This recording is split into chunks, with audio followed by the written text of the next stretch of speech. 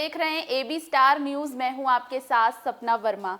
हर दिन इतिहास के पन्नों पे कुछ न कुछ ऐसी घटना घटती है जो कि एक ऐसी छाप छोड़ देती है जिसे कभी नहीं भुलाया जा सकता, और उसी पर आधारित है हमारा ये कार्यक्रम जिसका नाम है एक किस्सा दिन का हिस्सा। तो चलिए शुरुआत करते हैं आज के हमारे पहले किस्से से, जो कि जुड़ा है अंतर्राष्ट्रीय मातृभाषा दिवस से। तो क्या है अंतर्राष्ट्रीय मातृभाषा दिवस का इतिहास और आखिर क्यों इसे मनाया जाता है, और यूनेस्को की इसके पीछे मनाए जाने को लेकर क्या भूमिका रही, चलिए नजर डालते हैं इस पर। आइए जानते हैं आज क्या है खास।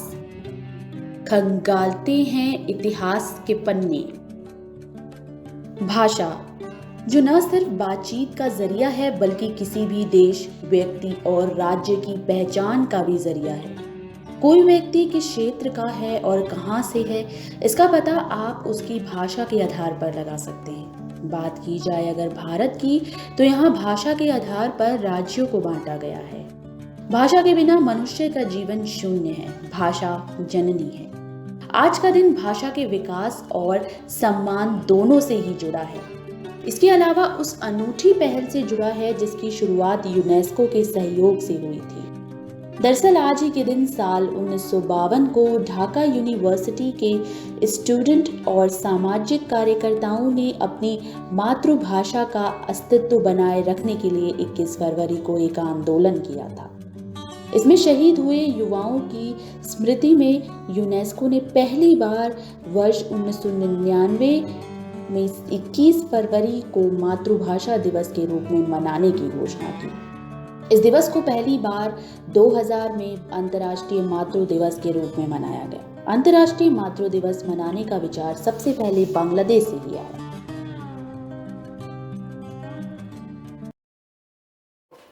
साल 1999 का वो दौर जब आज ही के दिन राष्ट्रीय मातृभाषा दिवस मनाया गया, जिसका मकसद है अनेकता में एकता के प्रति, यानी कि मातृभाषा के प्रति लोगों में सचेतता पैदा करना। चलिए बढ़ते हैं हमारे अगले किस्से की तरफ। हमारा अगला किस्सा जुड़ा है वैज्ञानिक जगत की उस हस्ती से जिनका आज जन्म दिवस है।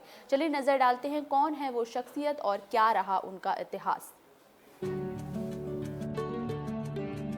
भारत की आज़ादी से लेकर आज़ादी के बाद तक कई वैज्ञानिकों का एक अहम रोल रहा है। कई वैज्ञानिकों ने भारत को विज्ञान के क्षेत्र में खासी उपलब्धियां दिलाई हैं, और उन्हीं महान वैज्ञानिकों में से एक थे डॉक्टर शांति स्वरूप भटनागर। अपने योगदानों के लिए साल 1954 को पद्म भूषण से सम्मानित इतिहास की वो शख्सियत जिनका आज ही के दिन साल 1894 को पंजाब के शाहपुरा जिले में जन्म हुआ था। बात की जाए उनके इतिहास को लेकर तो उन्होंने प्रशांत चंद्र, महानोबलिस्ट जहांगीर भाभा, विक्रम अम्बाला साराभाई जैसे महान वैज्ञानिकों का उनके जीवन पर बेहद प्रभाव पड़ा। उनके साथ उन्होंने काम किया। भटनागर ने देश को प्रौद्योगिकी की फील्ड में आगे ले जाने के लिए कई प्रयास किए, और उन्हीं को इसका श्रेय दिया जाता है। उनकी हमेशा से ही विज्ञान जगत में आविष्कार और शोधों को लेकर काफी दिलचस्पी देखने को मिली। उन्होंने हायर स्टडी के दौरान कई शोध किए। आजाद भारत में उन्होंने विज्ञान जगत के लिए एक बड़ी पहल की। उस वक्त उन्होंने 12 प्रयोगशालाओं की स्थापना की थी, और उन्हीं प्रयोगशालाओं में से एक है वैज्ञानिक और औद्योगिक अनुसंधान परिषद। जवाहरलाल नेहरू का उनके प्रति काफी लगाव रहा, जिसका नतीजा था कि जवाहरलाल नेहरू के वो शब्द जो उन्होंने भटनागर जी की प्रशंसा करते हुए कहे कि मैं हमेशा कई प्रमुख हस्तियों से जुड़ा रहा जो खास चीजों के लिए प्रसिद्ध है, लेकिन डॉक्टर भटनागर में कई चीजों का एक विशेष संयोजन था।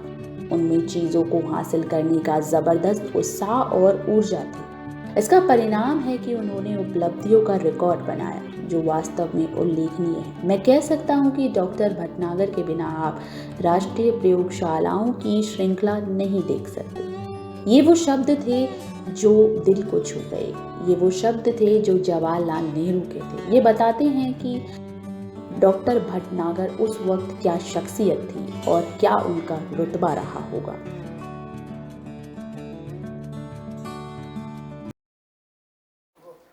डॉक्टर शांति स्वरूप भटनागर इतिहास की वो शख्सियत जिन्होंने 12 प्रयोगशालाओं की स्थापना की। उस वक्त के दौर में जब संसाधन बेहद कम थे, आज़ाद हुए भारत के पास उस वक्त बेहद लंबी और कठिन चुनौतियां थी, लेकिन उसके बावजूद उन्होंने उस वक्त के दौर में विज्ञान जगत में काफ़ी योगदान दिया। बढ़ते हैं हमारे अगले किस्से की तरफ। हमारा अगला किस्सा जुड़ा है इतिहास की उस घटना से जिसकी वजह से हर साल महाकुंभ मेले के समापन को लेकर पूरा इतिहास जुड़ा है। चलिए नजर डालते हैं आखिर आज के दिन का महाकुंभ मेले से क्या संबंध है। भारतीय संस्कृति अनेकता में एकता का प्रतीक है। भारत की संस्कृति में सभी धर्मों को समान महत्व दिया जाता है।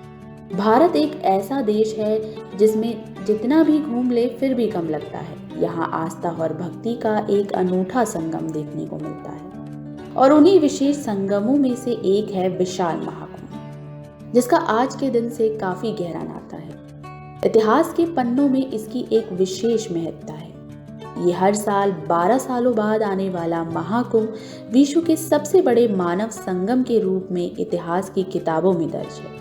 कुंभ मेले को यूनेस्को की ओर से इसे दुनिया की सबसे बड़ी शांतिपूर्ण मानव सभा के रूप में मान्यता दी गई है। आज ही के दिन साल 2001 को सदी के पहले महाकुंभ मेले का महाशिवरात्रि के दिन ही समापन हुआ था।